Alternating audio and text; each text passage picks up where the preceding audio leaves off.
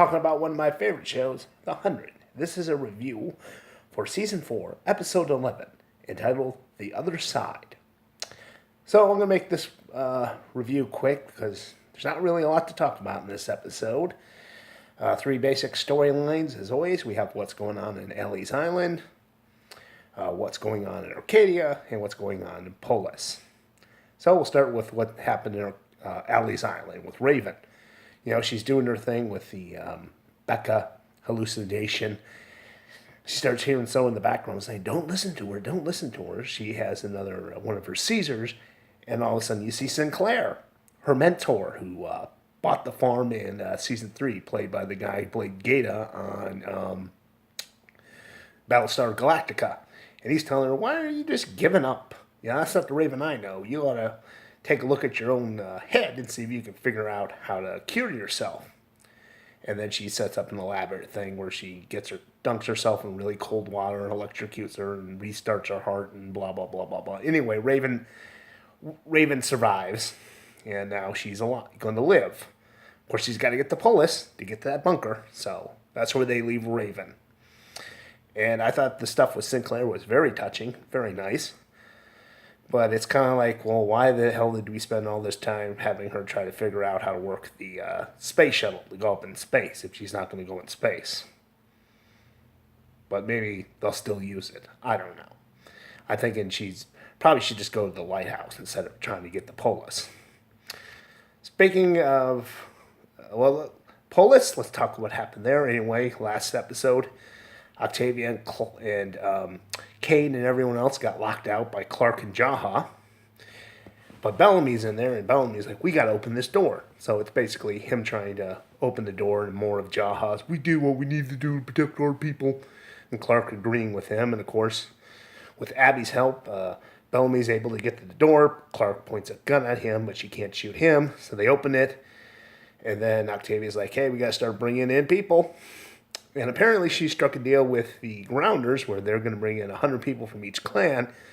And that means that the Arkers can only have 100 people in the bunker. And after she's got a shitload of Grounders in there, you know, you don't want to double-cross them now. And of course, it looks like in the next episode they're going to have a fight about this. And once again, it's like, well, then what was the point of putting everyone in the bunker in the first place? Plus, we get more of Jaha's, you know, same thing where it's like, we got to kill this many people to save this many people, and it's like we've seen this before. So I wasn't a fan of that. Okay, so we got the last storyline, and that's what's going on in Arcadia, where Monty's trying to convince Jasper and Harper and everyone else. We got to get into the Jeep and head to Polis. We're all going to die. But Jasper's like, no, let's just go out partying. Let's go out peaceful. And they realize that they can, you know, OD on some of the drugs that he's got. You know, he's being, you know, Dr. Jack Kevorkian.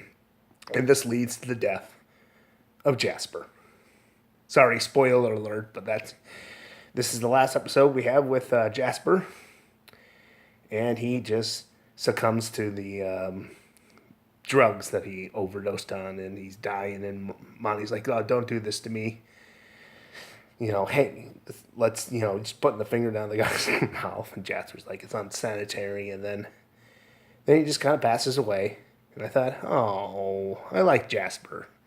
Season 1, and then Season 2 is pretty good. And then Season 3, after he loses Maya, he just kind of becomes, you know, a shell of his former self. But even then, you know, character development-wise, it made sense.